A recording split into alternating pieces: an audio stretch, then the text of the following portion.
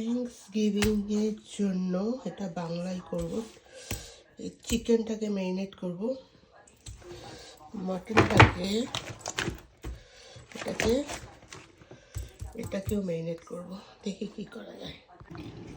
मैं इस चिकन को नमक और हल्दी का पानी में 2 घंटा भिगा के रखा, उसके बाद इसको उठा के मैरिनेट करूँगी।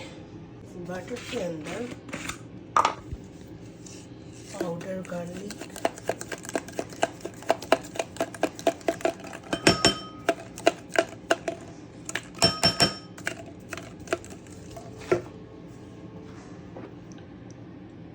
नटमेग थोड़ा सा डालेंगे,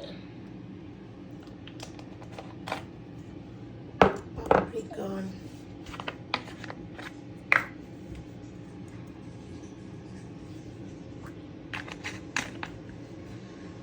ब्लैक पेपर। रेडी तो कर दिया। इसके अंदर भी ये सब डालना है, बाद में करेंगे, अभी तो ऐसे करके रखो। देखिए कितने अच्छे हुआ। कल थैंक्सगिविंग के दिन टोस्ट रोस्ट होगी तब पूरा दिखाना। वाह फैंटास्टिक।